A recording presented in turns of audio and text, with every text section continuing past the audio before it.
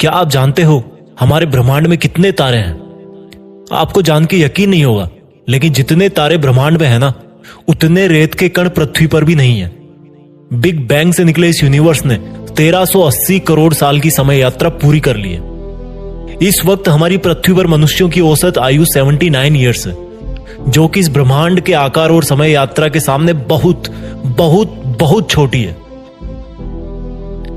जब हम दिन की शुरुआत करते हैं तो कहीं ना कहीं कल जो हमारे साथ हुआ था उसका मेंटल इफेक्ट आज के दिन पे जरूर होता है। कल का दिन बेकार हुआ था या अच्छा हुआ था, इसके आधार पे हम सुबह सुबह आज का दिन कैसा होगा पहले ही सोच लेते हैं। लेकिन आपको याद रखना चाहिए कि समय की सबसे बड़ी खूबसूरती क्या है। जो एक बार चला गया तो वो सिर्फ यादों के रूप में हमारे दिमाग में रहता है। अब आप में से कई लोग बोलेंगे कि हम अपने बीते हुए टाइम की वजह से आज के वक्त में ठीक से काम नहीं कर पा रहे। मेरे नजरिए में बिल्कुल गलत है। हम बीते हुए वक्त की वजह से नहीं, बल्कि बीते हुए वक्त में हमने जो काम किए थे उसका परिणाम भोग रहे हैं। और अगर आज का ये वक्त आपने किसी बुरे काम में लगा दिया या इसका ठीक से इस्तेमाल नहीं किया तो आने वाले टाइम में यही आपके कर्म आपके सामने दीवार बन के खड़े हो जाएंगे। आइंस्टाइन ने अपनी थ्योरी ऑफ रिलेटिविटी में कहा था कि समय भी एक चाल से नहीं चलता है। ब्रह्मांड में कुछ ऐसी जगह है जहां पर जाके समय का भी कोई मीनिंग नहीं रहता, उसका भी अस्तित्व खत्म हो जाता है या उसकी चाल भी बदल जाती है। जैसे कि ब्लैक होल, जहां पर जाके हर चीज का अंत हो जाता है। सेम थ्योरी ऑफ रिलेटिविटी हमारी डेली लाइफ में भी अप्लाई होती है। आपने नोटिस किया होगा, जब हम दुखी होते हैं तो समय मानो रुक सा जाता है, और जब हम खुश होते हैं तो समय मानो दौड़ने लगता है, भागने लगता है, वक्त का पता ही नहीं चलता।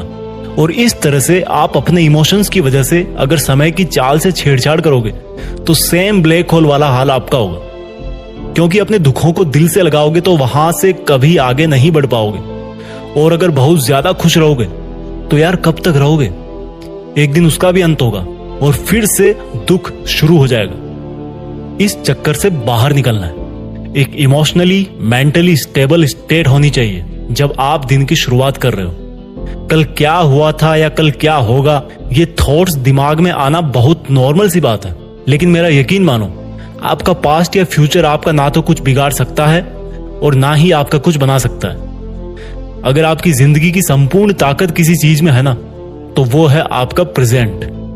वो प्रेजेंट जिसमें बैठ के आप मेरी बातों को सुन रहे हो, वो प्रेजेंट जिसमें आप हमेशा रहते हो, वो प्रेजेंट जिसमें आप आलस करते हो, रोते हो, गलत काम करते हो, वो प्रेजेंट जिसमें आप खुद के अंदर झांकने की बजाय इस बाहरी दुनिया की तरफ झांकते हो। वापस चलते हैं अपने ब्रह्मांड की तरफ, क्योंकि वहीं से अपनी उत्पत्ति हुई थी।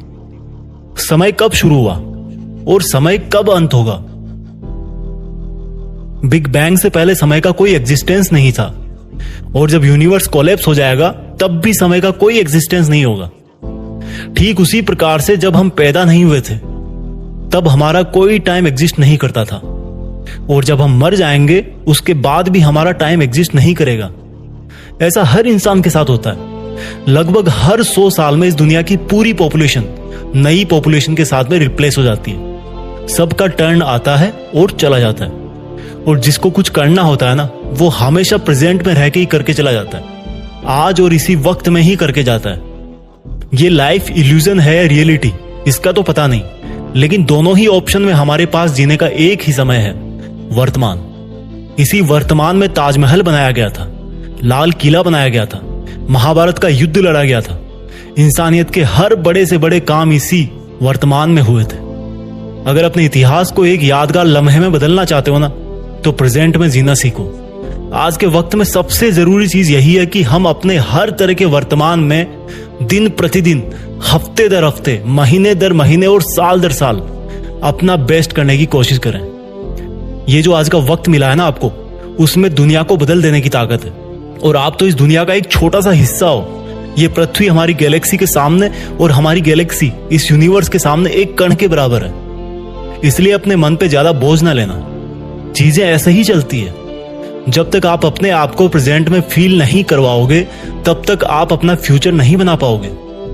अगर कोई महान राजा जिस वक्त युद्ध कर रहा होता था और उस वक्त अगर वो उस युद्ध को छोड़कर यह सपना देखता कि यार मैं जीत ही जाऊंगा, तो हो सकता है वो वहीं पे युद्ध में मारा जाए, क्योंकि उसका ध्यान उस समय के युद्ध पे ना होकर फ्यूचर पे होगा। इस जिंदगी को भी अपनी बुरी आदतों से, बुरे एक्सपीरियंस से, अपनी चुनौतियों से एक युद्ध मान के चलो, और उस युद्ध में आपका एक छोटा सा और बड़ा ही प्यारा सा पावरफुल हथियार है स्माइल, मुस्कुराहट। हर चीज को, हर लम्हे को गले से लगाकर स्माइल करते हुए लाइफ में आगे बढ़ते जाओ, अपने प्रेजेंट पे ध्यान देते जाओ। तो उठो आज और इसी वक्त, इस वक्त की कीमत पहचाने। आज इसी वक्त कुछ ऐसा करें कि उससे हमारी फ्यूचर की आधारशिला अपने आप रखी जाए। अब पास्ट और फ्यूचर में बाउंस करने की आवश्यकता नहीं है, जरूरत है सिर्फ वर्तमान में मेहनत करने की। जय हिंद,